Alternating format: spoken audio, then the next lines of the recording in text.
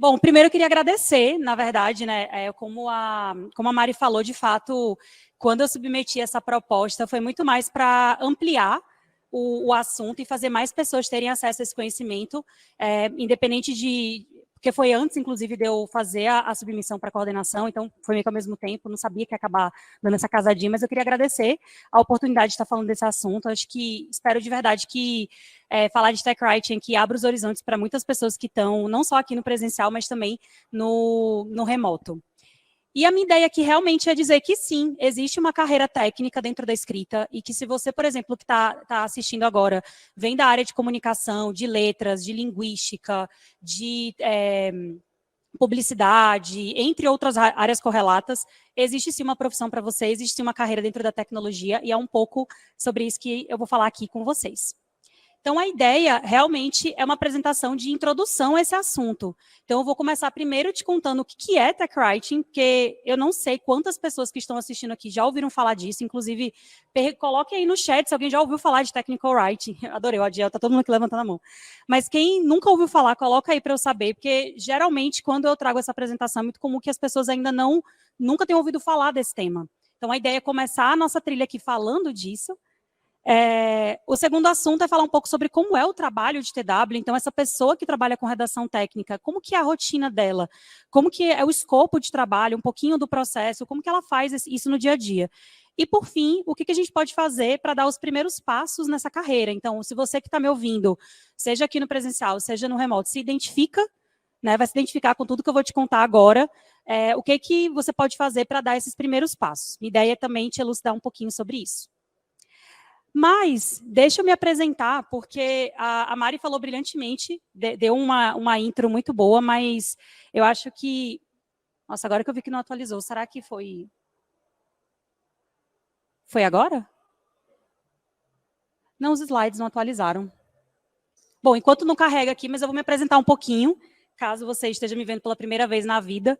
Eu sou a Mari, eu hoje realmente estou aqui como coordenadora da trilha de carreira, mas eu sou, na verdade, technical writer, ou redatora técnica, eu trabalho no iFood, mas eu comecei como TW na ZUP, fiquei lá os últimos 2 anos e recentemente fui para o iFood, mas o meu background não é na área de tecnologia, eu sou formada em jornalismo e me especializei em comunicação e marketing digital, e a minha migração para o mercado de TI, na verdade, aconteceu em 2019, quando eu comecei primeiro trabalhando com UX e depois eu acabei caindo de paraquedas em TW, quando eu troquei de emprego, acabei caindo nisso. Eu me tornei criadora de conteúdo em 2020, produzo conteúdo sobre TW em português desde então no LinkedIn e mais recentemente, quer dizer, nem tão mais recentemente, porque foi em 2021, ano passado, fui para o Instagram e eu também sou professora desse assunto, então além do meu CLT, eu também empreendo. E aí eu criei, esse ano eu lancei 2 cursos online, na verdade eu lancei o primeiro e vou lançar mês que vem o próximo. O primeiro é sobre introdução à área de TW, então para quem quer migrar, o curso é focado nisso, e o segundo sobre documentação de API, mas isso eu vou falar mais para frente. Bom, então vamos lá então. O que é esse tal de tech writing, né? O que é isso na fila do pão, para quem nunca ouviu falar? Technical writing, ou redação técnica, é uma área dentro da comunicação técnica, que é responsável por escrever, por editar, por compilar e muitas vezes por traduzir informações técnicas e que, por serem técnicas, costumam ter uma alta complexidade, de uma maneira que isso se transforme em conteúdos que sejam acessíveis e úteis para o seu público. Então, as pessoas de TW, o que elas fazem na prática? Elas pegam um compilado de informações ali sobre um produto ou sobre um serviço, e que geralmente está ali inacessível no primeiro momento, porque ele está muito técnico, e a gente trabalha essa informação de uma forma que se torne um conteúdo útil, acessível e focado em orientar a pessoa que está lendo a entender como ela realiza uma ação, ou como ela entende sobre um determinado assunto. Por exemplo, todo mundo aqui, com certeza, já teve que mobiliar a casa. E quando comprou os móveis, o que vinha junto com o móvel? Um manual de instrução, que te orientava sobre como você montava aquela peça. Quando você instala um software no seu computador, o que geralmente vem junto? Vem uma documentação que te fala como esse software é, o que você tem que fazer, quais são os pré-requisitos, entre outros assuntos, outras informações, para que você consiga utilizar esse produto ou serviço. Então, é isso que Technical Writing faz. A gente escreve todos esses tipos de conteúdo com foco em ajudar você, que vai consumir esse produto ou serviço, a realizar ações ou entender melhor sobre as funcionalidades dele. E por causa disso, no nosso contexto de tecnologia, essas pessoas costumam ficar ali mais alocadas nos times de engenharia, trabalhando em conjunto não só com pessoas desenvolvedoras, mas também de produto, de design, entre outras áreas, para poder construir aí todos esses conteúdos técnicos. Então, inclusive na nossa área, a gente costuma dizer que o nosso grande desafio é um pouco como essa imagem aqui. A gente tem duas pessoas que estão em dúvidas sobre uma informação e o nosso papel é simplificar o complexo, ou seja, fazer com que essa informação seja assimilada pelas pessoas e elas consigam entender o que elas podem fazer com aquilo, seja uma ação ou seja obter conhecimento. É sobre simplificar o complexo. E é mais do que isso, é sobre fazer o que a gente chama de gestão do conhecimento. Essa imagem eu gosto muito porque eu acho que ilustra um pouco esse exercício que a gente acaba fazendo nas empresas. É de pegar esse emaranhado de informações, quase que essa torre de Babel que acontece nas empresas, porque a gente está ali produzindo o tempo todo, né? O time de desenvolvimento está lá fazendo código, o time de design está lá fazendo protótipos, fazendo as telas, os fluxos de navegação, o time de research também está produzindo, o time de writing também, enfim, todos os times estão ali criando a todo vapor, e o nosso papel é desembaraçar esses nós, é pegar essas informações e esticá-las até que elas fiquem quase que essa imagem límpida, né? Quase que esse nó desembaraçado, simplificando o complexo com isso. E aí, talvez, uma coisa que deve surgir, principalmente quem já trabalha com outros tipos de writing, é assim, tá, Mari, muito massa esse tal de tech writing que você está me contando, mas é a mesma coisa que o UX writing? Então, você é de UX? Não, não é. E a ideia agora é te mostrar um pouco essas diferenças. A principal diferença, eu diria, entre UX Writing e Technical Writing está não só na abordagem de trabalho, mas nos tipos de entregáveis que a gente faz. Então, por exemplo, no caso do UX Writing, é a pessoa que escreve o que a gente chama de microcopy, ou microtextos, porque são textos com foco em fluxo de navegação. Então, por exemplo, quando você entra num aplicativo e você vai fazer lá o seu login para acessar a conta do banco, todo esse fluxo, esses textos que te acompanham, foram textos escritos por profissionais de UX Writing, porque são esses microtextos que estão inseridos nessas interações que você está tendo ali com o aplicativo. E é por isso, inclusive, que esses profissionais, que também são muitas vezes chamados de content designers, né, ou designers de conteúdo, ficam ali mais próximos dos times de design e têm como foco de trabalho essa jornada da pessoa usuária. Enquanto que nós, TWs, a gente é como se fosse ali o back-end, entre aspas, do conteúdo. A gente fica mais nos bastidores, produzindo esses conteúdos mais técnicos de documentação e assim por diante. E no caso do UX Writing, é como se ele fosse o front-end. Mas para ficar ainda mais claro, eu gosto muito de usar uma analogia do jogo de tabuleiro. Vamos pensar aqui num jogo que a gente gosta muito, vai. Sei lá, Banco Imobiliário, vai, que eu acho que todo mundo já jogou. Se não jogou, já viu alguma treta envolvendo aí o jogo. Se a gente pensa no Banco Imobiliário, a gente tem um tabuleiro, certo? Do banco. Então, a gente tem lá a entrada, tem a parte lá de imposto de renda, tem a cadeia, tem cada um dos estabelecimentos, muitas vezes divididos por cor, porque são grupos, né? Então, tem 3 estabelecimentos no rosa, no vermelho, no verde, enfim. Esses textos que estão escritos diretamente no tabuleiro, e quando eu jogo o dado e eu vou andando por esse tabuleiro, e dependendo da casa que eu cair, tem lá uma orientação do que fazer, seriam os textos, por exemplo, escritos por pessoas de UX Writing, porque são os textos direto ali do contato com a pessoa usuária, num fluxo de navegação. No nosso caso aqui, que fluxo é esse? É o jogo de tabuleiro. Eu estou ali jogando Banco Imobiliário. E toda vez que eu jogo o dado, eu tenho que andar um determinado número de casas. E dependendo da casa que eu caia, existe uma orientação do que eu tenho que fazer. Se eu vou para a cadeia, se eu consigo comprar um imóvel e assim por diante. Só que tem um outro texto que existe também nesse ecossistema que a gente nem sempre lembra, principalmente se a gente já joga muito Banco Imobiliário há muito tempo, que é o manual de instrução do jogo. E esse texto é extremamente importante, porque vamos dizer que a gente se juntou aqui para jogar. E aí alguém vira para mim e fala, Mari, mas eu nunca joguei Banco Imobiliário. Eu não sei como funciona. Esse texto vai ser fundamental, porque eu vou ter que abrir esse manual e eu vou explicar para essa pessoa, por exemplo, como que esse jogo funciona. Quantas pessoas podem jogar, quais são os critérios para a pessoa ser considerada vencedora, quais são os critérios para a pessoa ser perdedora, o que faz a pessoa ir para a cadeia, o que faz a pessoa sair da cadeia, o que faz a pessoa adquirir um imóvel, se, por exemplo, um imóvel lá do Banco Imobiliário entra em leilão, o que eu posso fazer para entrar nesse leilão? Então, todas as regras e instruções do jogo estão ali postas. E é um texto extremamente técnico e objetivo. Tudo bem que aqui a gente está falando de banco imobiliário, mas se a gente pensasse num software, é uma lógica muito parecida. Documentações técnicas são como esses manuais de instrução, enquanto que o tabuleiro seria o próprio produto em si. Então, digamos que essa talvez seja a melhor forma que eu posso te diferenciar do UX Writing e do Tech Writing. E talvez, num primeiro contato, você pense assim, tá, Mari, eu entendi, deu para sacar as diferenças, mas por que precisa ter as duas pessoas? Porque é fundamental que, da mesma forma que no desenvolvimento a gente tem, por exemplo, pessoas que programam para iOS, para Android, para front, para back e assim por diante, a escrita também precisa ter as suas abordagens separadas para que a gente consiga atingi-las na sua devida profundidade. E é por isso que, nesse caso, o Technical Writing existe, para olhar para esses textos de manuais, para essas documentações técnicas. O que me faz lembrar, já indo agora para a parte de rotina, o que então o TW escreve, né? Porque, sim, gente, infelizmente eu não escrevo o manual de jogo do Banco Imobiliário, queria muito. Queria ser paga para fazer isso, mas não faço isso. O que TWs, então, escrevem? Indo um pouco mais, então, para os formatos de conteúdo, e aí eu acho que essa separação com o UX vai ficar mais evidente para vocês. A gente costuma escrever documentação técnica, aliás, eu diria que esse é o nosso carro-chefe de trabalho, é o que a gente mais produz. E o que é documentação técnica? É documentação de funcionalidade, de processo, de produto, de tutoriais, guias de uso, guias de casos de uso. Então, por exemplo, às vezes eu tenho um software que, dependendo do, se eu estou usando, sei lá, Linux ou Windows, independente do sistema operacional, eu posso ter um tipo de uso diferente. Eu vou lá e documento esse caso de uso, para que fique mais evidente, se eu estiver usando um sistema operacional diferente, como ele funciona.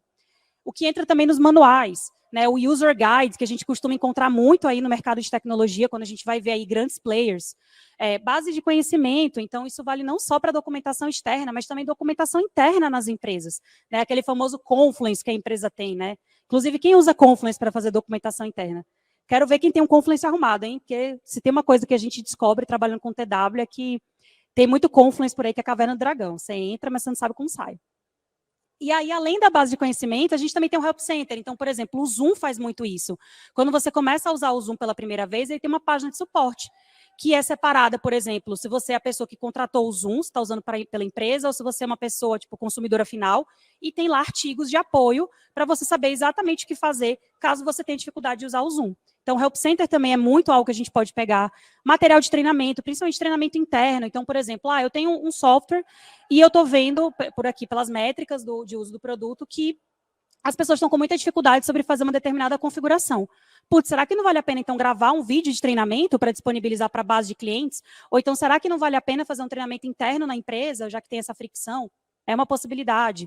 Né? Roteiros de vídeo, então, aqueles vídeos de tutoriais, de gravação de tela, que também costuma acontecer muito, ou às vezes com a pessoa aparecendo também, pessoas de TW pode ajudar isso. Aliás, não só pessoas de TW, mas a própria Mari, que é coordenadora aqui na trilha, ela é designer instrucional. Isso também é um trabalho que flerta com o design instrucional. E outros tipos de conteúdo que, dependendo da empresa que você trabalhar, você pode encontrar pessoas de UX Writing fazendo, ou de Content Design, seriam as Release Notes, né, que são aqueles textos que geralmente acompanham o lançamento de uma nova versão de produto, contando o que teve de diferente. As FAQs, né, que é a parte ali de dúvidas frequentes, de perguntas frequentes, e glossário, que geralmente aparecem em algumas documentações técnicas para poder contextualizar você sobre alguns termos e expressões comuns daquele produto. Então, vamos dizer que você começa a usar um produto e, para falar de lead, ele usa uma outra palavra. É importante que você deixe isso registrado, para que quando a pessoa comece a usar o seu produto, ela saiba exatamente que lead significa aquela palavra que você convencionou no seu produto. E aí, entrando um pouquinho mais na rotina, né? Tá, Mari, eu gostei, legal, vocês escrevem tudo isso, mas como que é, de fato, esse dia a dia de trabalho? Isso vai depender muito do tamanho da empresa e, principalmente, do contexto de trabalho. Né? Por exemplo, no Nubank, eles fazem mais documentação interna. Eles têm por volta de 20 TWs hoje alocados na engenharia e fazem mais documentação interna. Mas a Vetex, por exemplo, que eu acho que tem uma quantidade similar, eles fazem mais documentação externa e de API. Então, depende muito do contexto da empresa. Mas, de modo geral, a rotina é composta pelas seguintes atividades, por assim dizer. E eu acabei de ver que meu slide não atualizou. Espera aí, gente. Deixa eu ver se agora vai. Foi? Não. Será que eu tenho que atualizar de novo?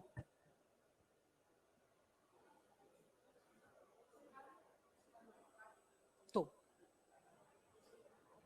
Espera aí, gente, é só porque meu slide, para o pessoal online, tá? Meu slide não está atualizando, eu vou ver rapidinho o que é. Não. Não.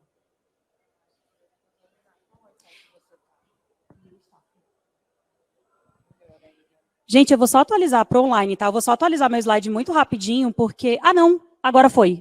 Acabei de ver aqui que foi, gente, desculpa. É porque, só para vocês entenderem, eu estou vendo os slides aqui e aqui no meu computador. Acabei de ver que para vocês aí já atualizou. Eu estou me baseando por aqui, e aqui não tinha atualizado. Foi mal, gente. Mas sobre a rotina, então, a primeira atividade é planejar. Então, o que a gente faz? A gente define com o time de produto quais são os objetivos daquela sprint. Então, por exemplo, a gente está com um produto, que é um aplicativo, e para essa sprint agora, a gente vai criar 3 novas funções para o aplicativo. Putz, então, provavelmente, essas demandas aqui, elas vão significar demanda de documentação. Então, eu vou prever isso junto com o time de produto, para entender quem vai ser o público que vai consumir isso, e também quais são as informações para eu já pensar nos formatos de conteúdo. E também eu vou acompanhar o desenvolvimento disso. Então, à medida que o time de desenvolvimento vai produzindo isso, assim como o time de produto também vai criando as interfaces de tudo isso, eu vou acompanhando as discussões, seja em deles ou em outras dinâmicas, para poder ver exatamente em que pé estão as coisas. E à medida que isso vai acontecendo, eu também vou documentando em paralelo, para que a documentação acompanhe o desenvolvimento do produto. E aí, além disso, né, depois que a gente planeja, a gente também tem uma parte muito importante de pesquisa, principalmente naquelas sprints em que a gente não tem uma demanda direta de escrita ali, de criação. Nesses casos, a gente acaba muito se debruçando por pesquisas, aplicando testes de usabilidade, por exemplo, para ver a eficácia do nosso conteúdo, então ver se a nossa documentação, de fato, está atendendo ao objetivo que ela se propõe. Por exemplo, se eu tenho um tutorial que te ensina a fazer uma instalação, de vez em quando é interessante que eu avalie se, de fato, esse tutorial está te fazendo instalar aquilo que diz que tem que ser instalado. Né? Inclusive, eu posso contar mais para frente, mas eu já tive um caso assim, de rodar uma pesquisa e perceber que a documentação não estava cumprindo o objetivo, e foi fundamental rodar essa dinâmica, porque a gente foi lá, ajustou o conteúdo, mexeu no documento, e aí sim deu certo. E outra coisa também que é muito comum é mapear documentações antigas, principalmente quando a gente entra num projeto que não tem nada documentado, ou até tem, mas está desatualizado.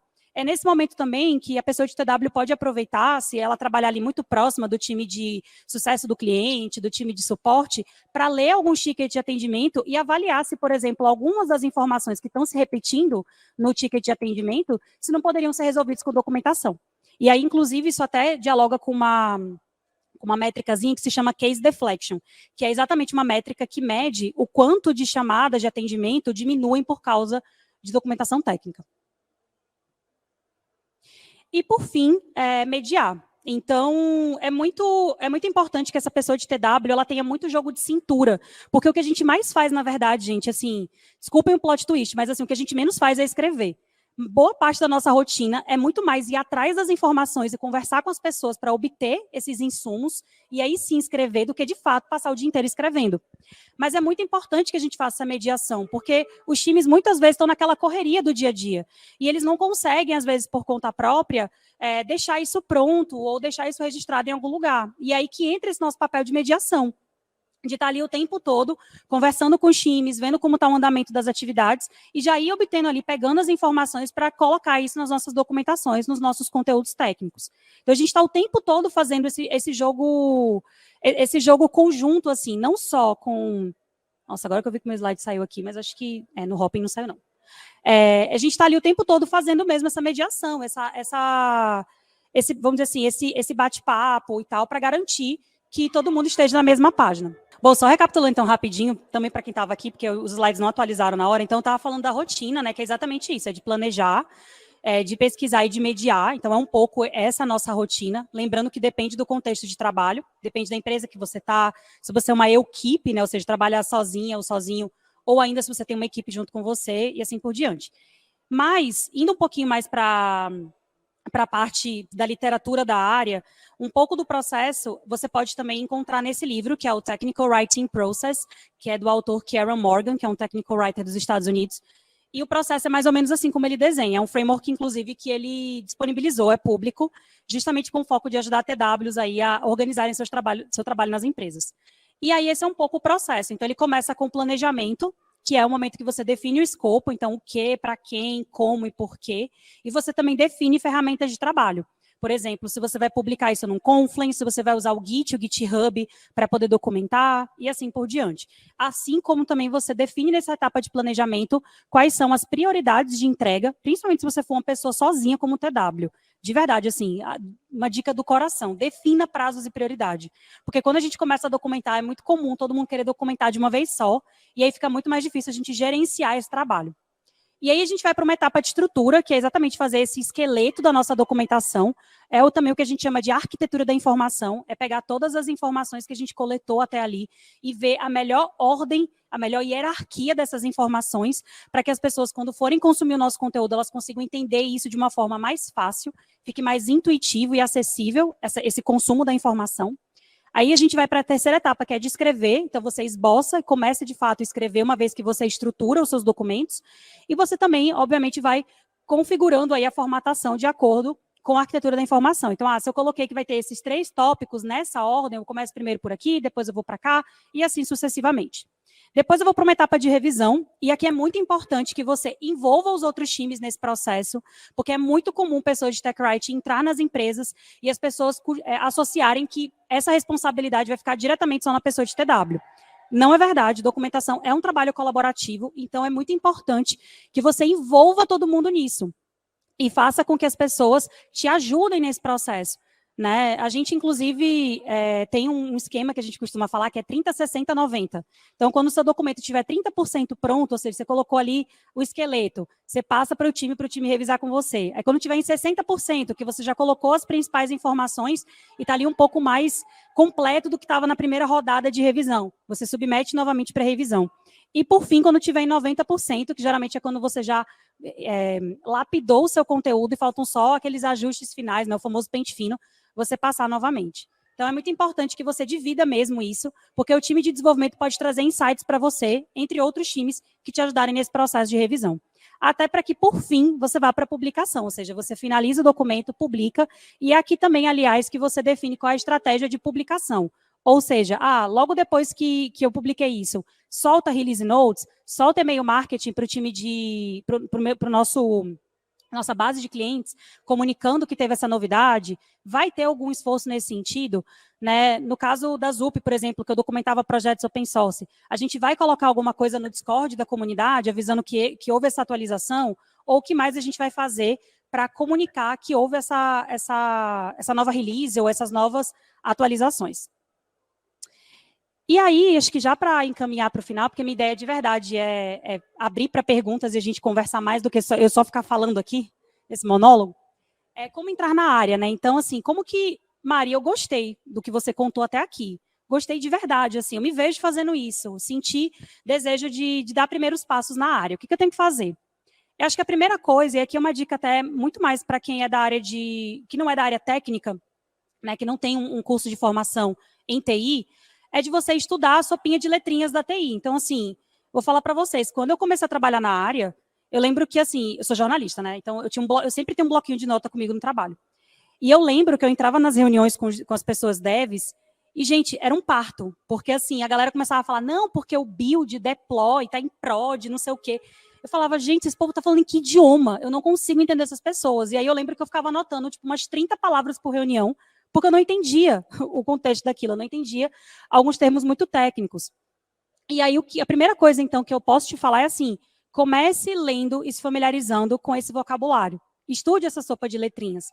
Né? Um conteúdo que eu sempre indico, que foi o que me salvou quando eu comecei a trabalhar como TW, é justamente a playlist Dicionário do Programador, do pessoal lá do Código Fonte TV. É muito legal essa playlist, sério. Eu fui entender o que era build, deploy depois que eu assisti esses vídeos. De verdade, assim, me salvou pra caramba. Porque eu não tinha a menor ideia do que era, tipo, microserviço, cluster, Kubernetes e pipipipopopó, tipo, todos esses termos que a gente sabe que tem muito no mercado.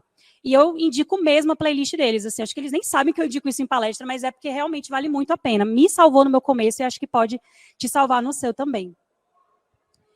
Outra coisa que pode te ajudar é você consumir conteúdos da área. Então, assim, infelizmente, a gente ainda não tem livros traduzidos para o português, mas se você se sente confortável lendo no idioma, 3 livros que eu posso te indicar o primeiro, que é o Technical Writing Process, que eu usei nos slides anteriores para te falar do processo de trabalho. É um livro muito bom, ele é super intuitivo, assim, você nem precisa ler, aquela leitura mais dinâmica, sabe? Você pode ir para os tópicos que te interessam, porque os capítulos são interdependentes.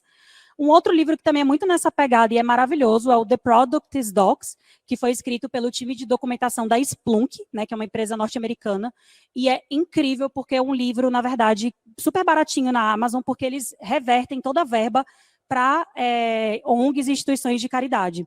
Então, eles criaram esse livro mesmo para a comunidade. E é incrível, assim. Eles também trazem muito conteúdo sobre como trabalhar como tech writer e, principalmente, eles têm cada capítulo explicando assim, como pessoa de TW trabalha com time remoto, ou com time de produto, ou com time de design, ou com time de teste. Então, ele desenhou as informações ali, né? Ele desenhou os conteúdos pensando muito em cada um desses cenários de trabalho. Então, para quem está começando também é muito bom. E um outro livro que é um pouquinho mais técnico, e também um pouquinho mais salgado, mas dá para ler alguns resumos na internet, é um chamado Developing Quality Technical Information, que seria algo como desenvolvendo informação técnica de qualidade.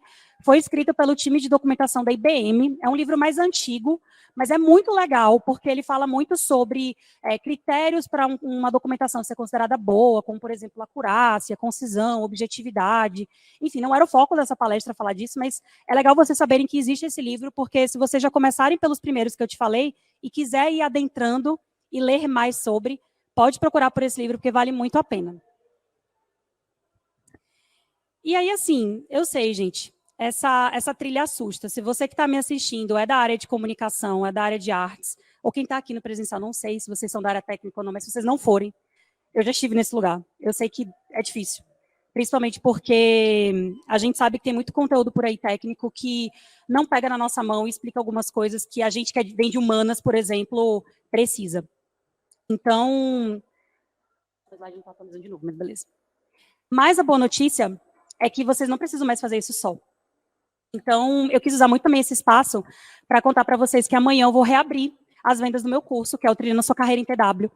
Não é porque é o meu curso, gente, mas de verdade, assim, eu sou muito orgulhosa desse projeto, porque é um curso com 48 aulas, que tem 48 PDFs de apoio, tem desde glossário com todos esses termos de TI que eu falei para vocês, tem roteiro de pergunta para te ajudar a entrar nos processos seletivos para TW, tem roteiro para você subir arquivo no GitHub, tem aula te explicando o que é Git e GitHub, e te mostrando como você cria uma conta, como que você sobe arquivos, como que você usa o Visual Studio Code, enfim, tem realmente toda uma trilha de carreira pensada para você que quer migrar para essa área. Então, se você me ouviu até aqui e você teve interesse nisso e pensou, Mari, quero continuar de alguma forma com você, trilhando isso, ouvindo sobre esse assunto, eu te convido a entrar na lista de espera, que está nesse QR Code que está aparecendo aqui. Para quem está aqui no presencial, eu vou tentar projetar para vocês conseguirem entrar. Eu vou abrir as vendas amanhã. É um curso com valor de 497, mas que você pode dividir em 12 vezes, tem Pix, enfim, tem N formas de pagamento, mas a gente pode conversar no privado depois. Eu vou mandar o link, Elisângela, vou mandar assim. Já vou mandar aqui. Se for só tirar da tela cheia, já mando. Mas se você tiver interesse em continuar essa trilha comigo, eu te convido a gente caminhar isso juntos. Eu faço muito essa advocacia em favor de TW, porque eu sei como é vir de um mercado de comunicação e não querer abrir mão da escrita para continuar trabalhando. E foi o TechWrite que me possibilitou unir minhas duas grandes paixões, que é escrever e trabalhar com tecnologia. Então, é por isso que eu estou aqui, na verdade, para te mostrar que você também pode trilhar essa carreira, que ela também pode ser sua. Que se você conhece alguém, ouvindo o que eu estava falando aqui, fala, caraca, eu conheço uma pessoa que super poderia trabalhar com isso, de repente, essa pode ser uma oportunidade também para ela e também para você. E era isso que eu queria, gente, era mostrar essa possibilidade de carreira, apresentar esse universo que transformou minha carreira, transformou muito a minha trajetória profissional, e eu tenho certeza que também pode transformar de vocês. Muito obrigada. E bora se conectar. Eu estou nas redes sociais como @MariMoreiraTW, tanto no Insta quanto no LinkedIn. E adoro receber mensagem por lá. Podem me escrever, fiquem mais do que à vontade. Eu não sou nenhuma estrelinha de rede social, gente. Eu adoro responder inbox, direct, sempre procuro responder o mais rápido possível. E é isso. Muito, muito obrigada.